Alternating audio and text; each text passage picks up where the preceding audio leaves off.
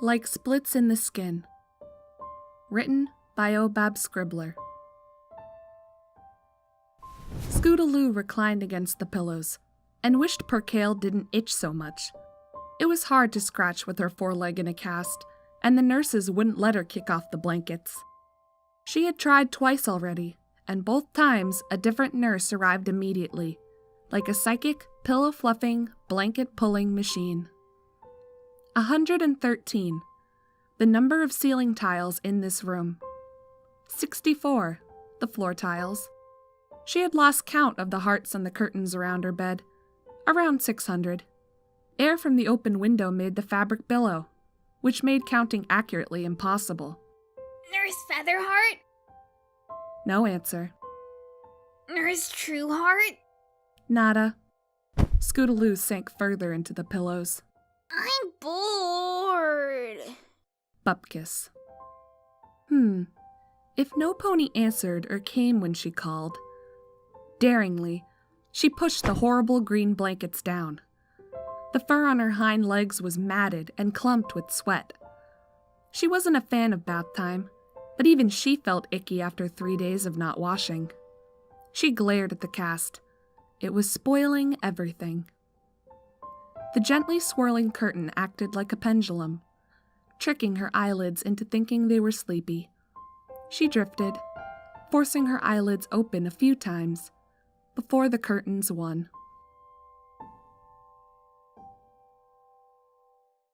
When she emerged on the other side of her nap, the curtains were still, the window shut, and the room much dimmer than before. It wasn't quite dark, so she hadn't missed supper, but evening nipped at the heels of the day. There was also a voice muffled by the room's sole door. That hadn't been there before, had it? Scootaloo blinked, her brain gummed with sleep. Of all the irresponsible, neglectful, lazy things you've ever done, Winter! The voice was sharp, anger gliding its edges. Don't you talk that way to me! You don't get to walk in here like you own the place and talk to me like that! Scootaloo blinked. Daddy? What was Daddy doing here? The nurses had said he was too busy to come. She pushed herself upright and strained to listen. And how should I talk to you? Should I sing your praises for letting this happen? It was an accident! It was negligence! Oh, here we go again. You really like that word, don't you? Are you serious? I hate that word. I hate that I'm having to use it right now. I wish you'd shape up so I could compliment your parenting instead of having to criticize it. And you're all about criticizing me, aren't you, Summer? You always have been. Don't start. Don't start. Don't start! Oh, we're way past starting, Summer. Remember, you're the one who decided to start throwing insults at me in a freaking hospital of all places. Exactly. We're in a hospital, and we're here because of you. Wrong. I'm here because Scootaloo fell. You're here because you never knew when to keep your nose out of things that don't concern you. She does concern me. No, she doesn't! Scootaloo shrank back. It was never a good idea to make yourself too visible when Daddy's voice took on that tone. She's none of your freaking concern, Summer! She's my daughter! Mine! Then why did you let this happen? It was an accident. Kids have them all the time. Is that really the line you want to go with? Just go home, Summer. You sound like them. Oh, cry me a river. I know you like her, but this is pathetic. If you're so interested in backseat parenting, why not just have fools of your own and get on with it? A heavy silence pulsed through the door. That was a low blow, Winter.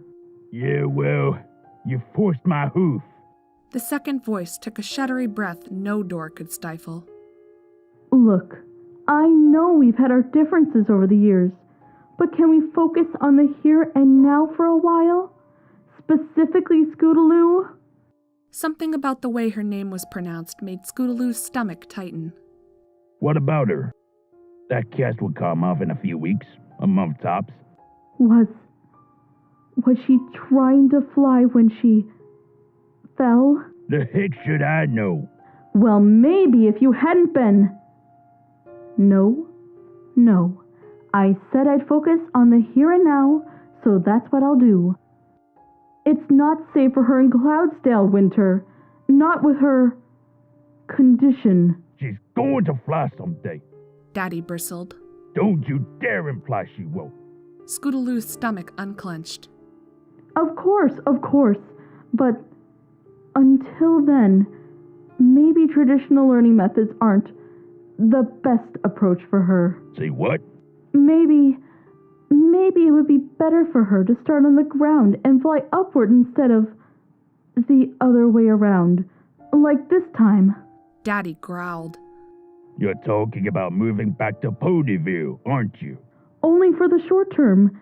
You could communicate to the weather factory pretty easily, and with Lofty's real estate discount, and I could help you find a nice place with a reasonable rent. No way. Winter, please. No way. I said I would never ever move back there, and I meant it, Summer. There's nothing in Ponyville for me anymore except bad memories. And me. Daddy snorted, like he had heard a really good joke.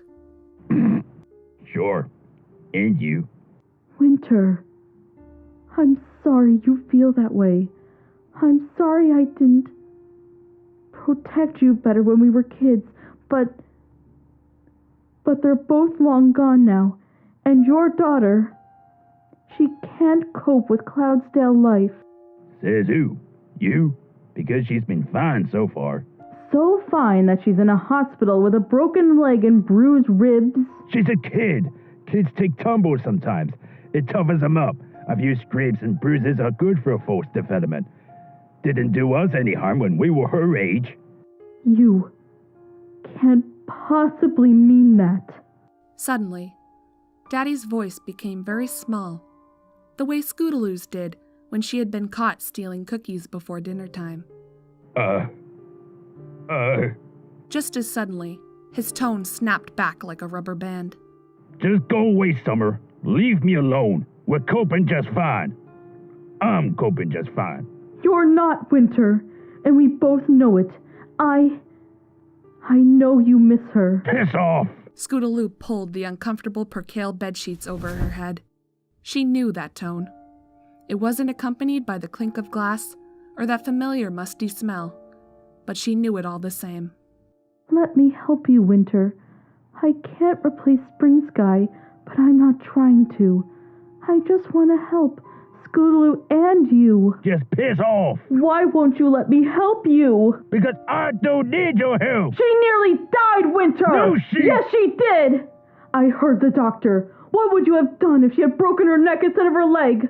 Gone home and opened the fridge again? Piss off. No, I'm not going anywhere. You need me. I don't even care if you hate me for it. You need me, and I am going to help you. This is not going to be like when we were kids. Do you understand me? I am going to help you. Understand? Scootaloo strained her ears. She was used to listening to arguments through the walls and floorboards. She knew what to expect next. More shouting, the smash of glass, maybe even the meaty thwack of hoof against flesh, and the slamming of a door. She did not expect the crying.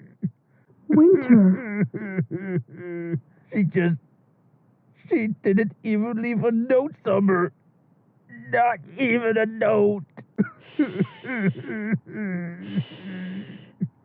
I've got you.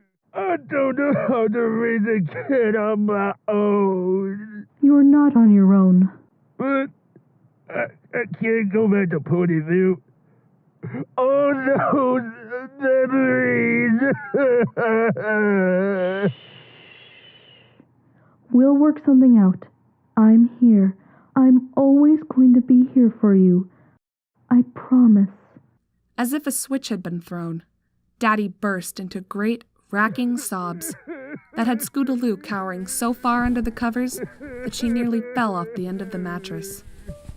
Lofty's mother works in a rehab clinic. She can ask her to fast-track you into a program in Cloudsdale. You won't have to come to Ponyville. But Scootaloo, she's the only good thing in my life, Summer. I can't just... Give her up. She looks so much like Spring Song. Celestia, damn it. It's hard to look at her sometimes. We'll figure it out, Winter. Don't worry. We'll figure out something that works for both of you.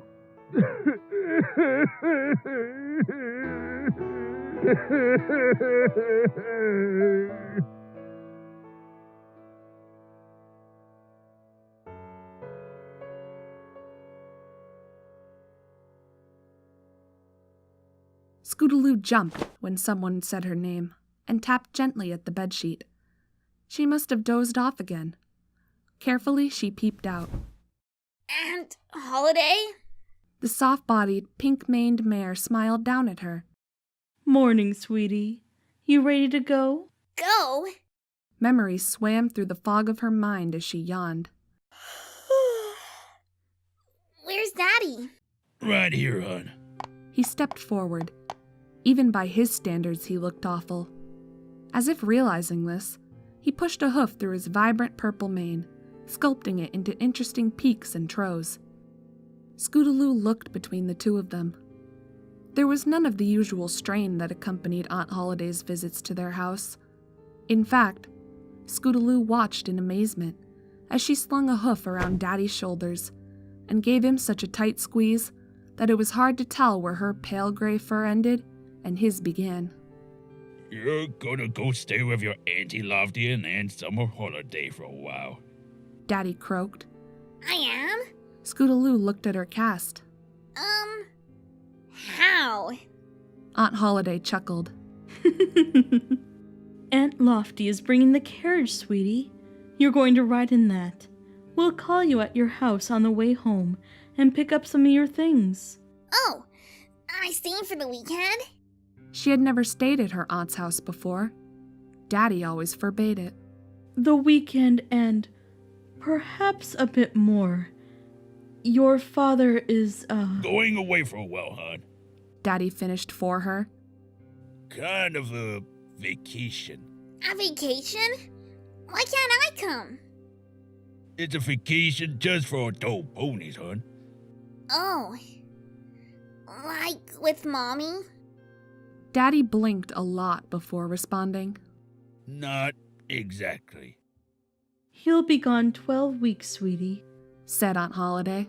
12 weeks? Scootaloo's eyes widened. But I can't miss 12 weeks of school. The new semester starts next week. Not that she wouldn't mind the colts at Phillies at school not seeing her leg in a cast, but still. You're going to enroll in Ponyville Elementary for the semester, sweetie. I am? Yes. Aunt Holiday spoke with a firmness Scootaloo had never heard from her before last night. Auntie Lofty was the firm one. Aunt Holiday was usually so wishy-washy, you could almost do your laundry in her. Or so Mommy had always said. We can invite your friends from Cloudsdale Prep for playdates and sleepovers, but you'll be attending school in Ponyville for a while. That's okay. Of their own accord, Scootaloo's wings fluttered, as if trying to waft away memories of snide remarks and catcalls at their expense. I don't really have any friends at school. Well then, this will be a lovely opportunity to make some in your new class. Aunt Holiday beamed. Daddy looked shocked. You don't have any friends at school, hon? Scootaloo shook her head, staring at the green percale for a moment. They're all dumb anyway. No loss. I just ignore everyone and stay by myself like you told me to, Daddy. I don't need any pony but you. I told you that? Aunt Holiday's hooves tip-tapped uncertainly for a moment. Well then, She said brightly. we better get a wriggle on if we're going to meet Lofty before she gets impatient and marches right into the hospital to find us. Yeah. Daddy said. He sounded so sad. Scootaloo struggled off the bed and waddled up to him, throwing herself at him in an awkward hug that would have failed if he hadn't caught her. Whoa there, hon. Please don't go if it makes you sad, Daddy. Oh, hon. He clasped her into a hug of his own. I have to do this, Scootaloo. For me and for you. But I'll come back, okay? I promise. just as soon as I get some stuff fixed. I'll be right back for you. Until then, you mind your hands, okay? Okay. A third set of hooves encircled them both. Scootaloo smelled cookies and washing powder from Aunt Holiday's neckerchief. It smelled nice. Her hug was nice, too. Holiday! Shouted a distant voice. Where in Equestria are you? I'm double parked! Aunt Holiday did not let go, but she did sigh. It tickled Scootaloo's ear. She smelled of strawberry jam and coffee instead of mouthwash and mustiness. It was nice. That mare, always so impatient. It's a good thing I love her, that would be so annoying.